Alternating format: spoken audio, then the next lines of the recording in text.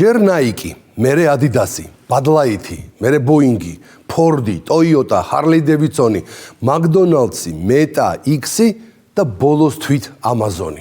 ყველა ეს კომპანია სულ ცოტა ხნის წინ LGBT პროპაგანდის, ვოუკიზმის და ინკლუზიურობის ფლაგმანი იყო.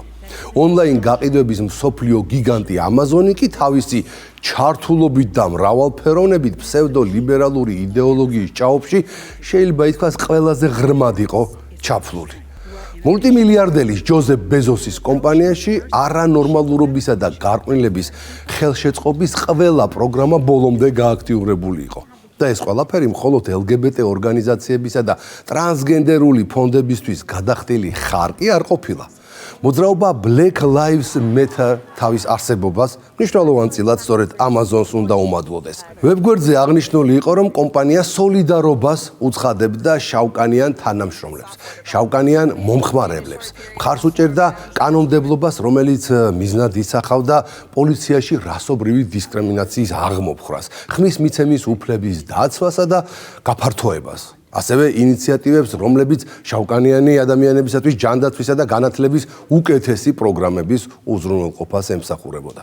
გახსოვთ ალბათ რამდენიმე წლის წინ ამერიკაში აზვირთებული შავი ტალღა, რომელიც პოლიციის მიერ ჯორჯ ფლოიდის მკვლელობას მოჰყვა. გასაგებია, რომ არც ერთი ადამიანის სიცოცხლის ხელყოფა არ შეიძლება და დამნაშავე ვინც არ უნდა იყოს ის პოლიციელი თუ რიგითი მოქალაქე, უნდა დაისაჯოს. მაგრამ ის რაც ამ შავ ტალღას მოჰყვა, სრული ამ სიტყვის მნიშვნელობით თეთრკანიანთა წინააღმდეგ რასიზმში გადაიზარდა შავკანიანი მოძალადეების მხრიდან. ამერიკელებს აიძულებდნენ ბოდიშის მოხდას მონათმფლობელური წარსულის გამო. თან ამის გაკეთებას აიძულებდნენ მუხლებზე დადგომით და საკუთარი თავის დამცირებით. ბოლოს კი შიზოფრენია იქამდე მივიდა, რომ თეთრკანიან ადამიანებს აიძულებდნენ აფრო-ამერიკელებისათვის ფეხები ეკოცნათ და ისე მოენანიებინათ წინაპართა ცოდვები. აი ყველა ამ სიგიჟეს Amazon-ი დიდი შემართებით ახალისებდა, აფინანსებდა და პროპაგანდას უწევდა. იგივე შემართებით ირჯებოდა კომპანია ჰომოსექსუალების, ლესბოსელებისა და ტრანსგენდერების მხარდასაჭერად.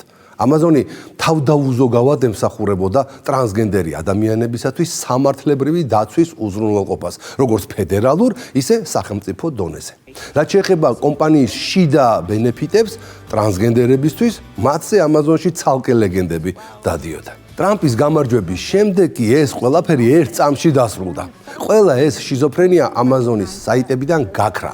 ვოუკიზმი, coming-out-ები და მსგავსი სისულელები უაზრო ფულის ფლანგად გამოცხადდა და ყველა თანამშრომელი, რომელიც ეგრეთ წოდებულ ინკლუზიურობაზე და ჩართულობაზე იყო პასუხისმგებელი, სამსახურებიდან დაითხოვეს.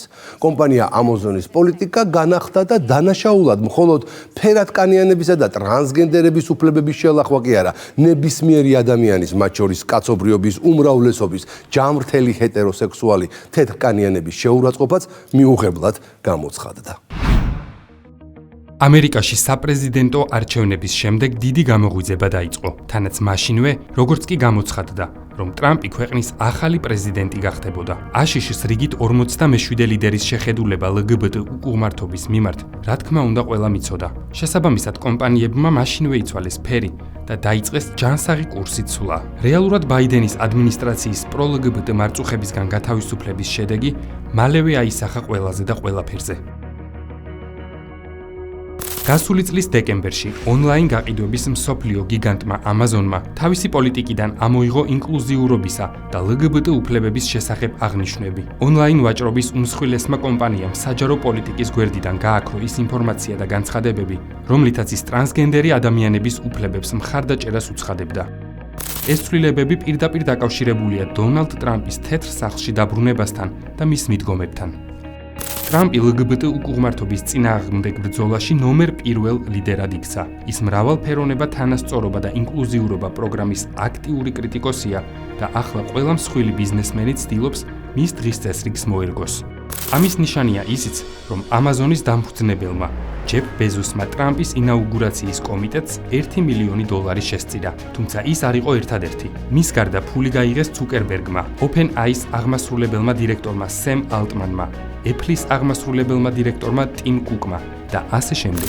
Amazon-ის გადაწყვეტილებაც LGBT ადამიანების უფლებების დაცვის ვალდებულებების შემცირების შესახებ სწორედ თეთრ სახლში მომხდარი ცვლილებების პირდაპირი შედეგია. ადრე Amazon-ის ვებგვერდზე აღნიშნული იყო, რომ კომპანია ტრანსგენდერი ადამიანების უფლებებს იცავდა და ასევე მსოფლიო ტრანსგენდერთა ჯანმრთელობის პროფესიული ასოციაციის WPS-ის სტანდარტების მიხედვით ის უზრუნველყოფდა თანამშრომლებისთვის გენდერული ცვლილებისთვის საჭირო დახმარებას. დღეს მათი საიტიდან ეს პუნქტებიც წაშლილია. კომპანიამ ვებგვერდიდან ამოიღო სექციები, რომლებიც შავკანიანთათვის თანასწორობის და LGBT უფლებების დაცვას ეხებოდა. ასევე წაიშალა ტერმინი ტრანსგენდერი. ტექნოლოგიურმა გიგანტმა ვებგვერდზე ასევე შეცვალა სამუშაოს მაძიებლებისთვის განკუთვნილი გვერდის სახელი, მრავალფეროვნება, თანასწორობა და ინკლუზია და ახლა მას ინკლუზიური გამოცდილება და ტექნოლოგია ეწოდება. იქ, სადაც ადრე კომპანიას ეწერა, რომ ტექნოლოგიით განავითარებდა ინკლუზიურობას, ახლა აღნიშნავს, რომ თანამშრომლების გამოცდილებას გააუმჯობესებს. Amazon-ის თანამშრომელთა ნაწილი ამ ცვლილებებით იმედგაცრუებული დარჩა. კომპანიის წარმომადგენელმა კელი ნანტელმა კი განაცხადა: გვერდს პერიოდულად ვაახლებთ, რათა ასახოს ცვლილებები ჩვენს პროგრამებსა და პოზიციებში. მოკლედ, Amazon-ი ჯანსაღ გზას ნამდვილად დაადგა, მაგრამ მხოლოდ და მხოლოდ მას შემდეგ, რაც პრეზიდენტი და მისი ადმინისტრაცია შეიცვალა. მანამდე ტრანსებსაც ასაქმებდნენ. თანამშრომლებს სურვილის შემთხვევაში სქესის შეცვლის ოპერაციებსაც უფინანსებდნენ და დიდ ამბებს უმღეროდნენ. 2024 წლის 16 დეკემბერს Amazon-ის ინკლუზიური გამოცდილებისა და ტექნოლოგიების ვიცე-პრეზიდენტმა კანდი კალსბერიმ თანამშრომლებს მიმართა და გამოაცხადა, რომ კომპანია მოძველებულ პროგრამებსა და მასალებს გააუქმებს.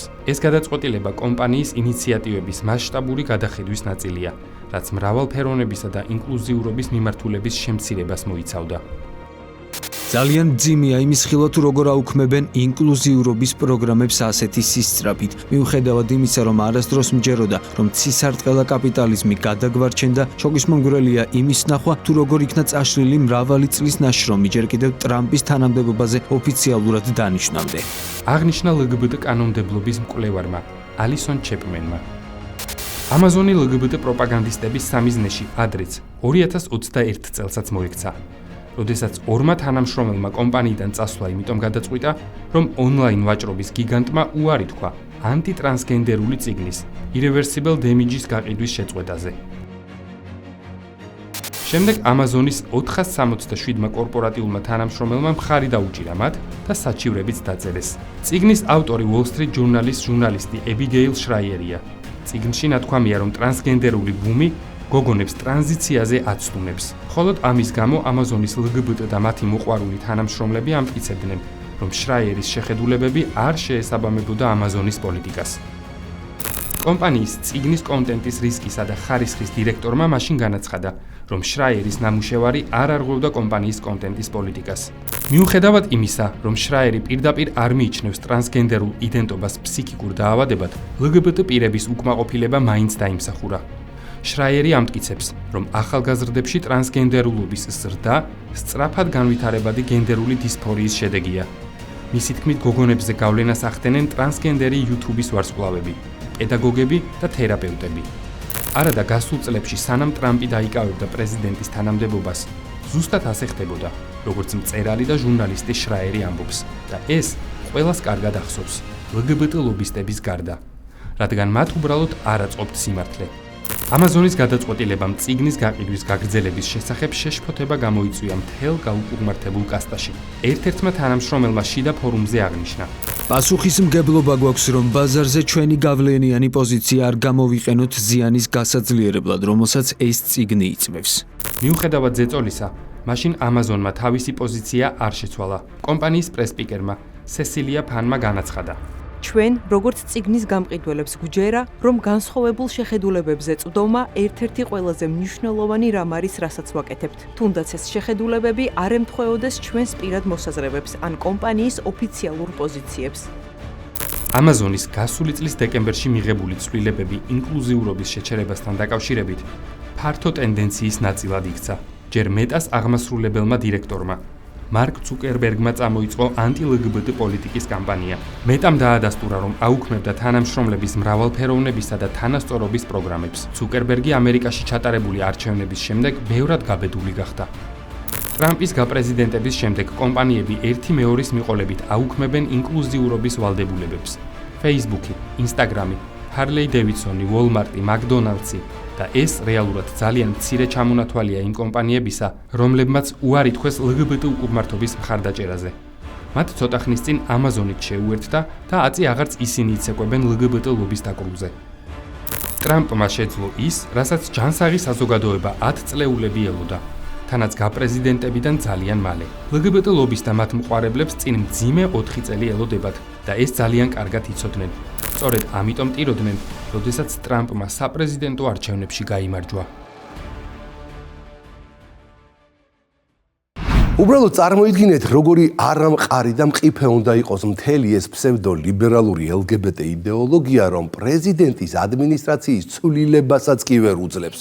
წავიდა ფერადი ბაიდენი და თან გაჰყვა მთელი ეს გარყვნილი სტანდარტები. ყველას ერთი სული აქვს დღეს გათავისუფლდეს ამ ვოუკიზმისგან და ინკლუზიურობისაგან.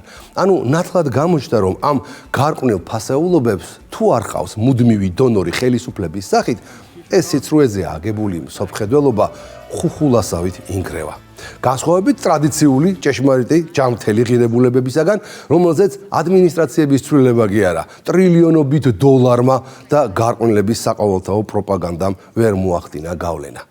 არა, დაზიანებით კი დააზიანა თან საკმაოდაც, მაგრამ გადაგვარებით ხომ მაინც ვერ გადააგვარა. ვერაში 4-ჯერ ყოველ საღამოს 10 საათზე ყურადღებით დააგვერდით ლიბერალიზმის ანატომიას. გარყვნილება და გაუკუღმართებული სტანდარტები, რომლისგანაც ამერიკა დღეს როგორც ჭუჭყისგან ისე თავისუფლდება, ჩვენ ქართველებმა ყველაზე დიდი შემოტევების დროსაც კი არ გავიკარეთ. რის გამოც გვაკრიტიკებდნენ, გვასაქცირებდნენ და ბლოკავდნენ, დღეს თავად უარყოფენ და თავად იშორებენ. თუმცა ჯერ არც ერთ დასალურ სახელმწიფოს იმის შნო არ აღმოაჩნდა, რომ შეცდომა ხმამაღლა აღიაროს და მით უმეტეს საქართველოს და მის მსგავს ტრადიციულ ქვეყნებს ბოდიში მოუხადოს. იმედია ამის დროც მალე მოვა. დროებით.